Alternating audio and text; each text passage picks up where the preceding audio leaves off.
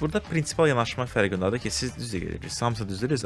Burada biznes məsələsi var. Əgər siz biznesi idarə edirsinizsə, ora vaxt sərf edirsiniz, enerji və risklər çox böyükdür, kifayət qədər. Ona görə siz daha çox gəlir qazanırsınız.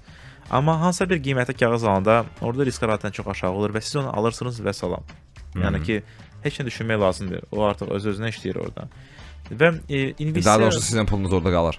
Bəli, bəli. Yəni gəlir məqdi nəzərə buradakı dünyada gedən inflyasiya falan baxırsan ki, yəni eyni məbləğ gəlib çıxır. Baxır siz nəyə investirsiniz, o da orada çoxlu nüanslar var. Yəni bu investisiya belə deyim ki, oturdunuz hər şeyi bir saat ərzində hər şey anladınız, o elə deyildi orada. Amma yenə də investisiyanın əsas məqsədi yəni sizi milyoner eləməyəcək. Bu siz yəni bu pullarınızı qorur ilk növbədə və hər hansı bir artım verir. Amma siz artıq qazanmaq istəyirsinizsə, o dediyim kimi ticarətlə məşğul olmalısınız, trading. Orada risklər başqadır. Orada qazanlar varsa risklər. Amma burada da bəzi şeyləri sən bilməlisən. Orada qrafiklər var, şamlar var, o var, bu var, təhlillər var. Yəni mən bu dəqiqə mən bu dəqiqə oturum trader olmaq istəyim, xəritəyə baxıb xəritə deyək biz ona. Çaşıb qalacağam, aləm dəyəcək bir-birinə.